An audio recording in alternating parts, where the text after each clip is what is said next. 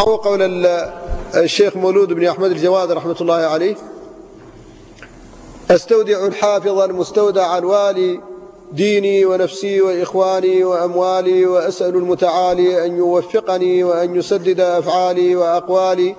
أنا الضعيف فذاك الضعف يرحمه ربي القوي فكان الضعف أقوالي. ما ذل من بالله عز، وكم ذل العزيز بأعمام وأخوالي، وكم رأينا ذليلا بعد عزته من عزه بالموالي أو بالأموال.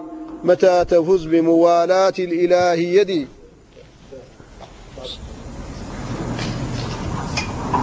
متى تفز بموالاة الإله يدي، فعادي يا أيها المخلوق أوالي.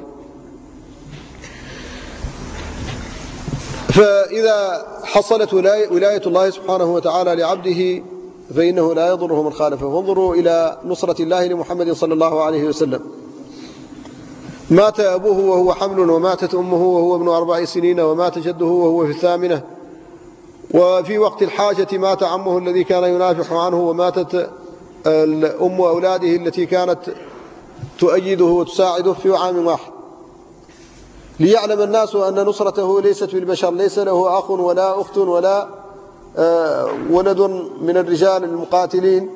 مات أولاده صغارا ولم يكن له أخ ولا أخت، ومات أبوه وهو حمل، وماتت أمه وهو صغير، حتى يعلم الناس أن نصره المبين العظيم هو نصر من عند الله، ليس بأية وسائل من وسائل الناس. وبذلك يعتمدون على الله سبحانه وتعالى، ويعلمون أنه هو وحده الذي ينصر، كما قال تعالى: وما النصر إلا من عند الله. وقال: وإن ينصركم الله فلا غالب لكم، وإن يخذلكم فمن ذا الذي ينصركم من بعده، وعلى الله فليتوكل المؤمنون.